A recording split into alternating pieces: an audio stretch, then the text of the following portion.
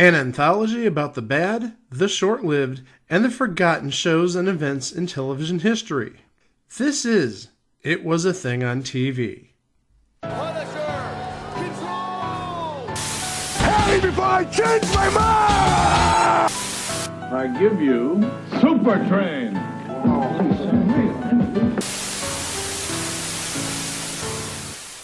Episode 364, submission number 312, The Bad News Bears.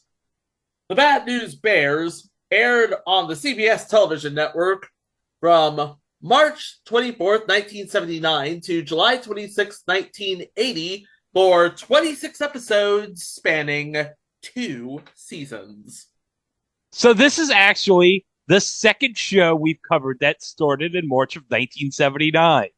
Do you want to know what the other show is? Delta House? Nope. Well, it wasn't few because that was April of 79. The Ropers. Oh, that Ropers too lasted 2 seasons. Yeah, Ropers premiered on March 13th of 79. And also, at 26 episodes, the Bad News Bears lasted exactly 10 episodes longer than the Hudson Brothers Razzle Dazzle Show and Uncle Croc's Block. You're welcome. Hey, it had Jack Warden on it. Of course it would last longer than that. That's true. It had a lot of people. We're going to talk about a lot of names. Yeah. But first, here's the theme music.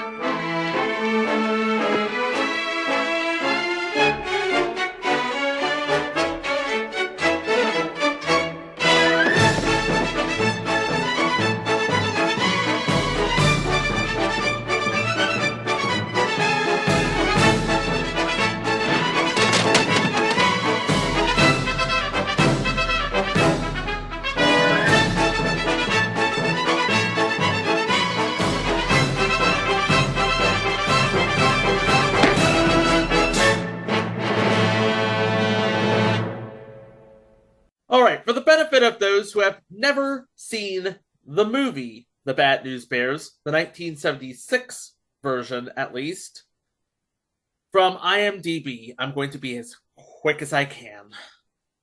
Former minor leaguer Morris Buttermaker is a lazy, beer-swilling swimming pool cleaner who takes money to coach the Bears, a bunch of disheveled misfits who have virtually no baseball talents. Realizing his dilemma, Coach Buttermaker brings aboard girl pitching ace Amanda Wurlitzer, the daughter of a former girlfriend, and Kelly Leak, a motorcycle punk who happens to be the best player around. Brimming with confidence, the Bears look to sweep into the championship game and avenge an earlier loss to their nemesis, the Yankees. And it all ends with Tanner Boyle. Although the Bears lose to the Yankees, Tanner Boyle gets the last laugh when he says the following. Hey, Yankees! You can take your apology and your trophy and shove them straight up your ass! That's one hell of a promo. Yeah, it's enough to spawn a sequel. The Bad News Bears go to Japan. Well, before that, though, was the Bad News Bears in break-in training. But you know who's in the Bad News Bears go to Japan, guys? Who? Joey Curtis. And not only that, but there's a scene where Tony Curtis wrestles Antonio Inoki. This is true. Antonio Inoki is in the Bad News Bears Go to Japan as wrestler Antonio Inoki. I hope he slapped the crap out of Tony Curtis. You know who else was in that movie? Harry Hahn was played by Regis Philbin. Oh, I bet he told Gilman some crazy stories about what happened on set. But enough about the movies. Because the movies, they weren't blockbusters, but they were just good enough to get familial acclaim. I mean, they were good sit-down family movies. They were popcorn movies, despite the fact that Tanner told the Yankees exactly what they could do with their championship trophy. That spawned Happy Days writers and producers Arthur Silver and Bob Bruner to come together and develop a televised version of the series. Now, we've spoken about the writing team of Silver and Bruner before. Remember Brothers and Sisters back when we talked about college? Oh, yeah. He did talk about that. They did that. You know what I remember about that show? Zipper! You want me to do it, don't you? No, I did it for you. Okay. Bob Bruder was also a producer on Love, Sydney and The Nut House, both of which we covered previously. But the two of them together would come together and try and make this into a weekly thing. Which begs the question, how do you turn a movie like The Bad News Bears into a sitcom? Well, here is the IMDb summary. And again, I'm going to be very quick about it. To avoid a year in jail, swimming pool cleaner Morris Buttermaker agrees to coach a Little League baseball team called the Bears. Unfortunately, the Bears are the worst team in the league, boasting a roster of the most inept and least disciplined players in school. Buttermaker, with the help of Principal Rapid, eventually wins the respect of the Bears, and they even win a few games along the way. So they're basically expanding and enhancing on the premise of the Bad News Bears, which was created by Bill Lancaster for the film. The show was originally scheduled on Saturday nights at 8, which would be a really good time slot for a family sitcom in 1979. However, that fall, it was bumped up to the spring of 79 and put on Fridays. Oh, no. No. Yeah, CBS was hoping they would be looking good, but you can't ask Bad News Bears to look good. Oh, because CBS's tagline back then was looking good. So, who was on the team of the Bad News Bears? Well, playing the role of Walter Matthau in the Bad News Bears as Morris Buttermaker is Jack Warden. And of course, Jack Warden, I remember Jack Warden as the newspaper editor in The Great Muppet Caper, the greatest Muppet movie ever. Yeah, I said it. I remember him as Big Ben Healy in Problem Child. And you see, I got a third answer. I remember him as the title character in Crazy Like a Fox. Nice. Oh, Crazy Like a Fox. Classic. Underrated. Love that show. And also, it should be mentioned that Jack Warden was in the original 12 Angry Men, juror number 7. And among the people who were in 12 Angry Men, Ed Begley Sr. and Jack Klugman. I remember watching 12 Angry Men in high school. I saw Jack Klugman and I was like, hey, that's Jack Klugman. And I saw Ed Begley Sr. and said, hey, his son's the Zodiac Killer. In high school? I was a weird kid. Anyway. 20 years before that episode aired. Okay. But this series added a character in Dr. Emily Rappent. And we talked about the actress who played Dr. Emily Rappent, Catherine Hicks, the titular witch of Tucker's Witch, which was one of our favorite previous entries of the last month or so. And then we have the team. Doing Tatum O'Neal proud as Amanda Wurlitzer would be Trisha Cast, who we talked about earlier in It's Your Move. She was Jason Bateman's sister. Playing Rudy Stein is Billy Jane, who would go on to play Parker Lewis's best friend on Parker Lewis Can't Lose, among other roles. Just remember, Parker Lewis, he can't lose. If he was playing the entire Bears team, we all know he'd win by himself because he can't lose. Playing Leslie Ogilvie, Sparky Marcus, who was in Freaky Friday in 1976, and Mary Hartman for 20 episodes as Jimmy Joe Jeter. No relation to Derek, obviously. Obviously. Hey, 2 more things to add about him. Yes, sir. He was Dexter in the Space Ace segments on previous installment Saturday Supercade, but also Sparky Marcus voiced Richie Rich in the cartoon series from the early 80s. Oh, now I remember that name. Oh, that's good. Playing Reggie Tower, Corey Feldman. Hey, we talked about him last month, too. Yep. He is known as the voice of Donatello in the original Teenage Mutant Ninja Turtles movie and nothing else. My ass, nothing else. He was in the greatest movie ever made, License to Drive. Thank you. He was also on the greatest show that we've ever covered, Madam's Place. Yeah, I just said that, but No, you didn't. You Yeah, said he License to Drive. He said we talked about him last month. But he didn't mention what show that was on. There you go. Yeah. There you go. Because remember, here at Madam's Place. No, I'm not going to sing it. I've been cited enough about that. just remember, though. Archies, come back! Come back! Come back! Archies, come back! Come back! Oh, Come boy. back! Playing Mike Engelberg is J. Brennan Smith. He was in a lot of things as a kid, but he was also a noted member of the crews of Pleasantville and Paradise Lost. Sadly, died in 2007 at the age of 37. Wow. Next up, as Tanner Boyle, Mino Paluche, who we talked about in previous entry, Voyagers. And also he's Soleil Moon Frye's brother. Hey, speaking of her, we're going to be talking about her in October. I won't spoil it, but let's just say we're going to have an invitation to a certain place that's hot. Very hot, if you know what I mean. What are we going to do in Las Vegas? No, I'm not talking about Las Vegas. We're not going to Las Vegas, Chico. Okay. Playing Ahmad Abdul Rahim, the late, great Christoph St. John. Known more for his role on The Young and the Restless and less for his role on future entry Charlie and Company. He was one of the 2.3 kids of Flip Wilson and Gladys Knight.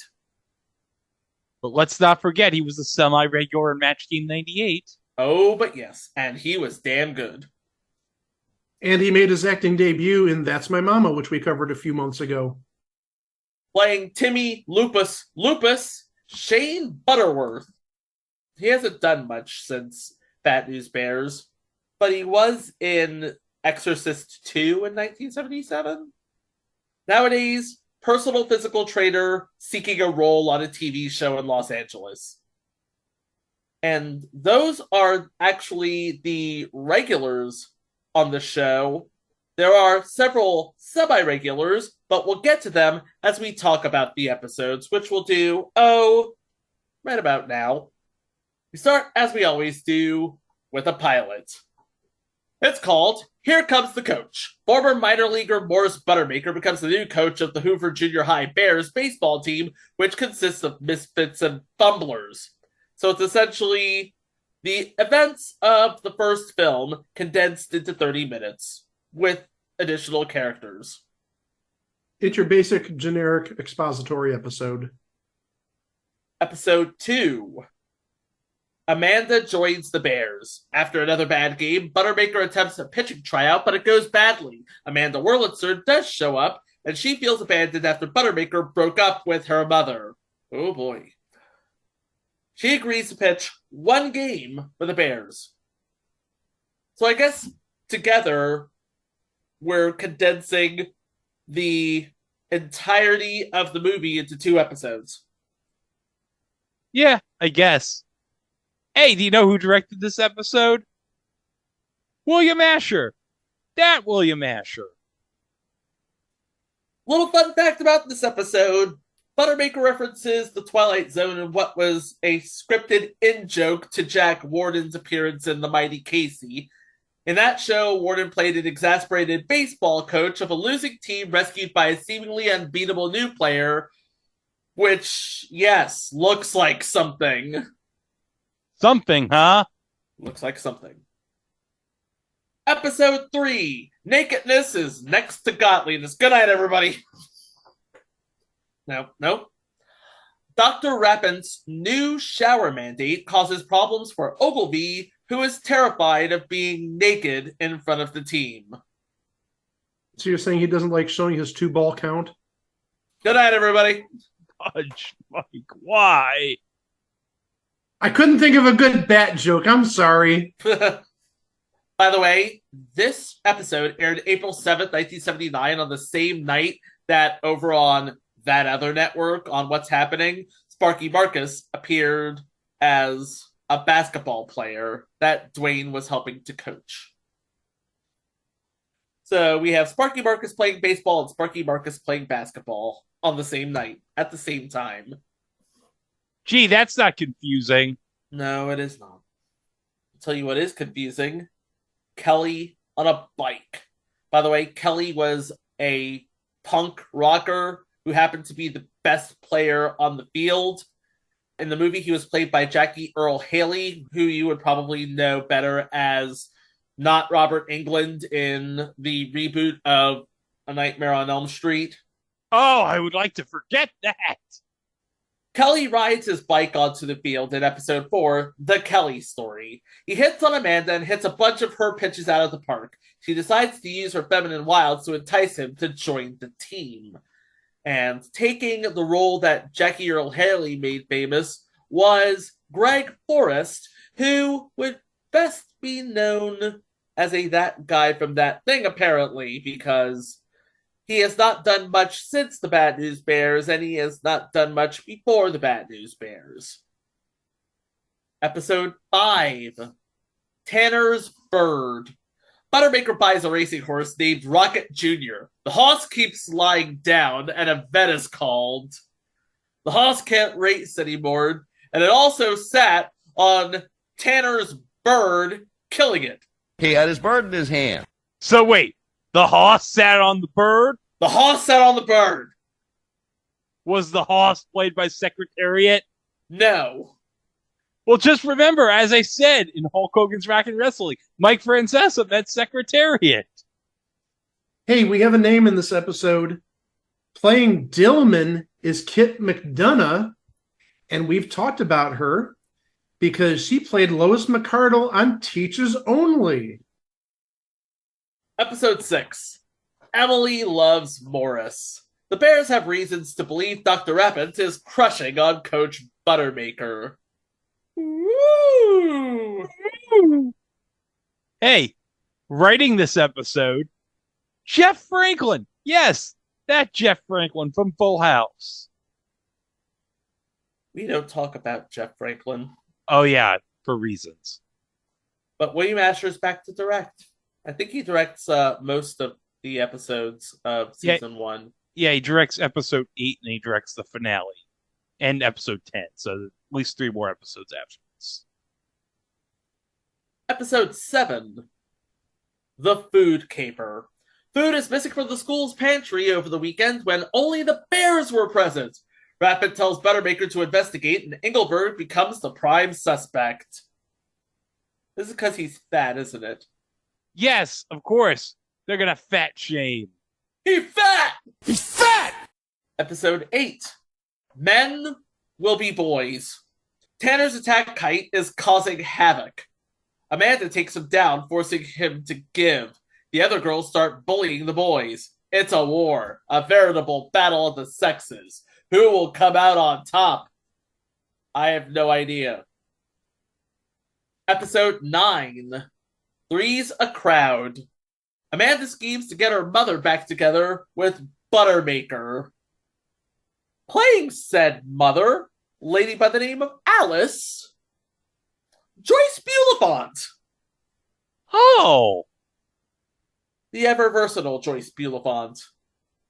But not the only name in the episode. Playing a character named Peter is Dick Patterson, who is in both Grease movies as different characters. He played Mr. Rudy in Grease, and then turned around and played Mr. Spears in Grease 2. I'm surprised nobody caught on to it. Who really saw Grease 2? Come on. Nobody saw Grease 2. Let's be honest. That's true. It did make Michelle Pfeiffer's career, though. But hey, he was on 4 episodes of the old Love American Style. Well, as me and the G-Man point out, both the old and the new Love American Style are all right. They can coexist in our little world. Good. Yes, they can. Episode 10, Save the Bears. Ogilvy accidentally shrinks the uniforms. Uh-oh. Buttermaker suggests the kids get jobs to pay for new uniforms. Instead, they end up with a highly successful and not so truthful way to raise the cash. I do believe the Cleveland show ripped this plot off for an episode. I may be wrong on this. Who would give these kids jobs? Let's be honest. I don't even know. I do not even know. All Kelly Link would do was sell like bootleg cigarettes around. Episode 11, Dance Fever. Ahmad gets challenged to a dance showdown at the Big Dance. I do not know who did the challenging, and I don't know anybody who was on this episode who wasn't on the others, so we're just going to move on. Although, we have this quote from Morris Buttermaker. Look, what's the big deal with the dances? I've been to school dances. The boys stay on one side of the gym, the girls stay on the other, and the girls dance with each other. The boys talk sports. So what's so exciting about that? He's not wrong. No. Episode 12, Fielder's Choice. Kelly's out of town and the team loses badly. The top team has a surprising loss, and the Bears still have a chance to get to the big championship game in a big league ballpark. I'm presuming that it's either going to be Dodger Stadium or the Big A. They're not going to go on location to the Astrodome like in Breaking Trading. No, I'm sorry to break it, Greg. They went to Olympic Stadium. Oh, I'm sorry. That's not a big league ballpark. Womp womp. Well, hold on. It was only a few years old in 1979. I'm more referring to the fact that it's a piece of crap. I've been there. That is a horrible ballpark. That was a horrible ballpark, I should say. It's only been 34 years since I've been there. Remember, this is a team who has been in a Japanese ballpark, and for my money, the Japanese have the best ballparks in the world. Unfortunately, the Tokyo Egg Dome wasn't ready yet by the time Bad News Bears Go to Japan was out. Big Egg City was just an idea on a sheet of paper. Insert your own Dave Meltzer six-star joke here. Okay, so interesting thing about this episode. Kelly was out of town for the day with his father. Apparently, his father took him someplace else because he did not appear in the rest of the season, and he did not appear for season 2. And that is season 1. And like I said, the show was supposed to air on Saturday night in the fall, where it would have been up against Carter Country, Battlestar Galactica, and Chips. Oh, that'll do it. Chips. Yeah, but it was put off to the spring, where it was not up against Carter Country. It was up against What's Happening. Oh. And Chips. And Chips. and Battlestar Galactica. Well, now hold on. Wasn't that the last season of Battlestar Galactica before it became Battlestar 80 or Galactica 80 or whatever it was Well, called? they only, I think, if I'm not mistaken, Battlestar Galactica only aired, the original Battlestar Galactica only aired for one season. Okay, but also that was the last season of What's Happening. So I'm not terribly worried about what's happening at this point. It's Chips that you should be worried about. That's the killer. Well, of course, you got to be very fearful of Chris Pine's daddy. That's true. Yeah, Robert Pine and Eric Estrada. And Larry Wilcox. Why are we not talking about Larry Wilcox? You know, everyone forgets about Larry Wilcox. You know, he was the brains behind the outfit. He was. But yeah, they put it on Saturday nights, and it made absolutely no noise whatsoever. For the 1978-1979 season, there were 114 TV shows total. The Bad News Bears was tied for 40th. That put him in league with Dallas, The White Shadow, which it replaced, Hawaii Five-0, which had a good 2 more seasons in it, The Incredible Hulk, which was also renewed, and The Waltons. So it didn't do too badly in the first season. So CBS gave it benefit of the doubt and brought it back for season 2. CBS gave a second season, full season order, to the Bad News Bears. There wasn't much in the way of retooling, but there were some people who you would not see again. Chief among them was Kelly. But the rest of the team, they came back. And they did a pretty good job in getting some names for season 2, as is evidenced by the season premiere Rundown. Rudy has his father's baseball signed by Johnny Bench. Yes, the suit guy. Buttermaker claims to know Bench back in the day. Then they lose the ball. Uh-oh. Uh-oh. By the way, they have a new writer for this season in Jeffrey Gans. He would go on to write and direct for Family Matters and previous entries, Making It, and A League of Their Own. Obviously, we have Johnny Bench playing himself, but playing a groom in this episode, somebody we don't talk about often enough. We totally talk about him all the time. Larry Anderson. The actor, not the Phillies pitcher. Right. Always want to clarify that. But hold on. Since Johnny Bench played himself, was the crazy chicken in this episode too? The San Diego Chicken? Yeah. I've never heard him called the Crazy Chicken. That's Come what they on. called it on the baseball bunch, the crazy chicken. That's just flat out disrespect to Ted Giannoulis. Well, they couldn't call him the San Diego chicken on the baseball bunch, obviously. I swore they called him the San Diego Chicken on the baseball bunch. I say it's the crazy chicken, or else it's a Mandela effect. The Crazy Chicken. Crazy chick. I'm going to have to pull an Austin Carr here. Get that weak stuff out of here.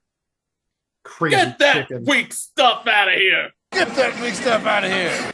Doing a little bit of research, the chicken was just called the chicken on the baseball bunch, not the San Diego Chicken, and certainly not the Crazy Chicken. Greg, where did you come up with that?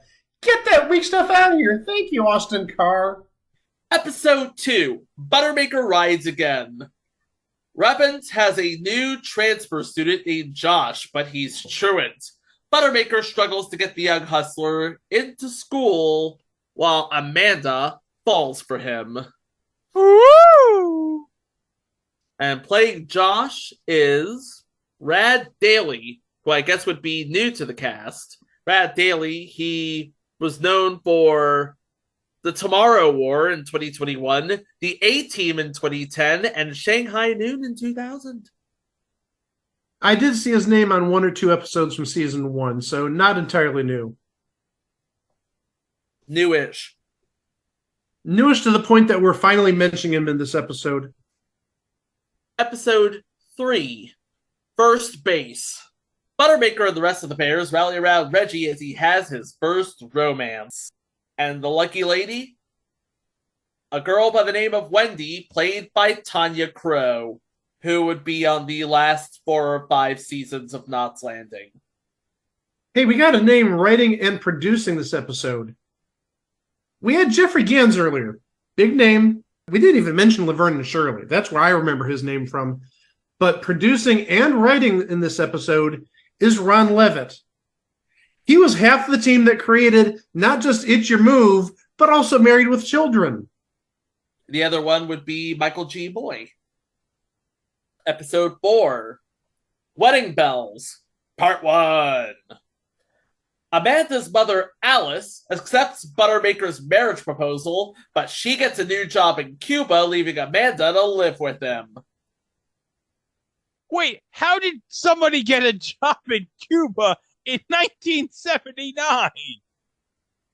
I have no idea. But guys, this is CNN breaking news. FAU just beat K-State. Oh my gosh. That's crazy. They cannot be your national champion. I'm sorry. They may be, but I just can't see that happening. Wait, can Florida Atlantic play San Diego State in the final? Hey, if you try hard enough, you could do anything. This is a fact. Now to get Greg a real answer. Okay. You said, can San Diego State play FAU in the final? No, no. They would meet up in the round of 4. They would meet up in the Final Four. So it'd be a VCU Butler 2011 situation. Which was not terrible, except for how that ended up. Anyway, returning in this episode, Alice, Joyce Bulifant, of course. She would also be in the next episode, The Birds and the Bees and the Bears. Amanda and Rudy pretend to be in a relationship to get Josh and Marcia jealous. Buttermaker awkwardly tries to talk the birds and the bees. This is not going to end well. No, Why, Buttermaker? Why? Why are you doing this? By the way, we have a new recurring character in Marcia, played by Sherry Wills. Sadly died in 2020, but she was Country Club Courtney in Heathers, if you remember that. I know The movie, obviously. Yeah, obviously. Episode 6, Lights Out. The gang takes to the streets to show Ogilvy how to have some fun. A blackout occurs, and Ogilvy has a little fun at the others' expenses. Playing Rust in this episode, a name we should all remember, Richard Mall. And you know what that means, y'all. I want to be your love slave. I want to be your love slave. I was going to say he declared that he was human sweat. I am human sweat! Yeah, John Larroquette wanted Richard Mall to be his love slave. Boy, anybody who doesn't follow this show has no idea what we're talking about. Wait, John Larroquette wants Richard Mall to be his love slave? Huh? What? Can you imagine if this is somebody's first exposure to this podcast? And if this is your first exposure to the podcast, we're sorry. Except not really, though. Now we go to part 2 of Wedding Bells. Amanda's mother moves out of the country, and Amanda moves in with Coach Buttermaker. And amazingly enough, Joyce Bulifant, not in this episode. Because she would be in Cuba. Because she's stuck in Cuba. Ha! In 1979. 1980, technically. Oh, yeah, 1980 Cuba. Episode 8, Matched Set. After getting taunted by the Turners, the boys decide to enter Amanda and Buttermaker into a tennis tournament to beat the Turners and take away their trophy. Meanwhile, Amanda continues her pursuit of Josh. Roy Turner is actually a recurring character played by Philip R. Allen, and he was actually in, Greg, Star Trek III The Search for Spock as Captain Esteban. Oh, yeah. Would he have been on the USS Grissom? I believe he was. If he was Captain Esteban, yes.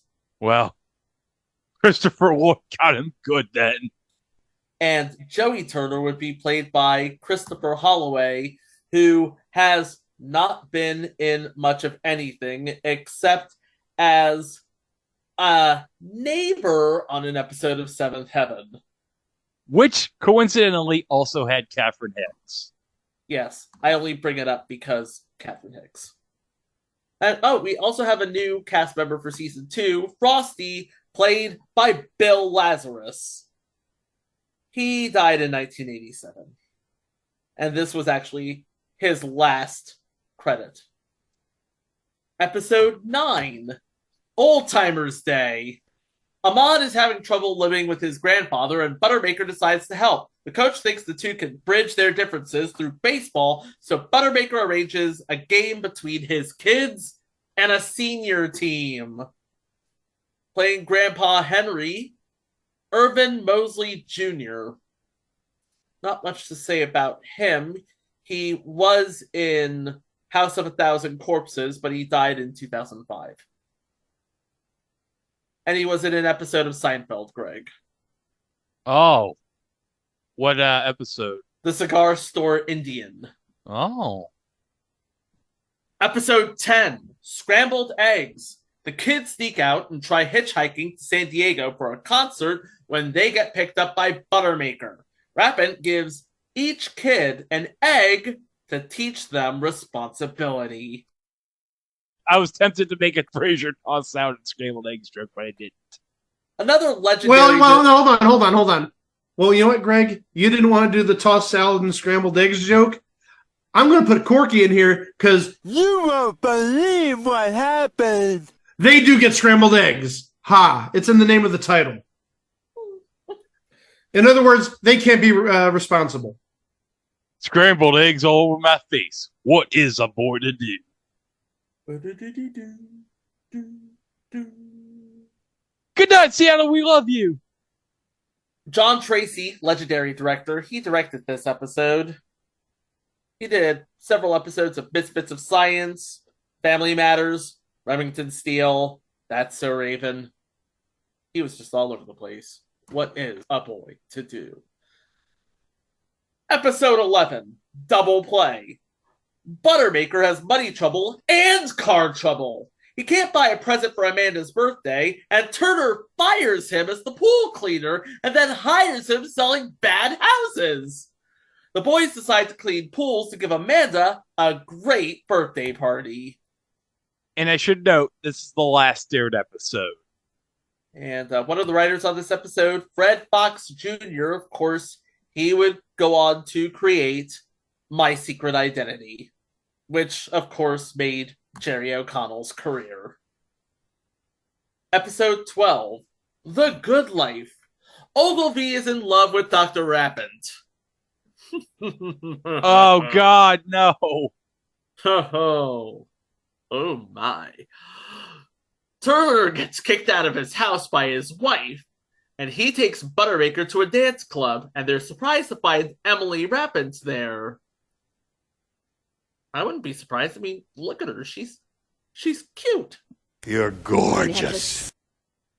Episode 13, The Pride of the Bears. A fight between Amanda and Tanner leads to a school-wide battle of the sexes. Didn't we do this in season 1 already?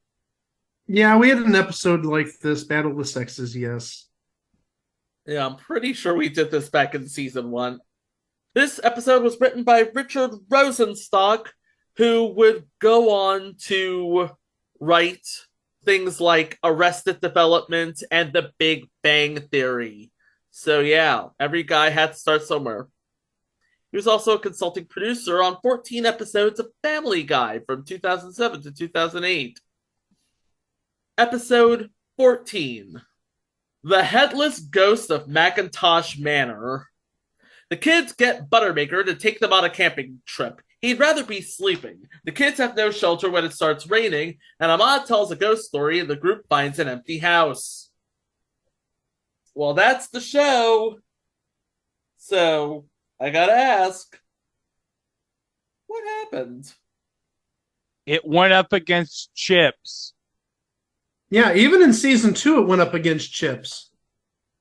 I do have some schedules here. It went up against Chips, the second half hour of Chips, and it went up against something called Detective School on ABC.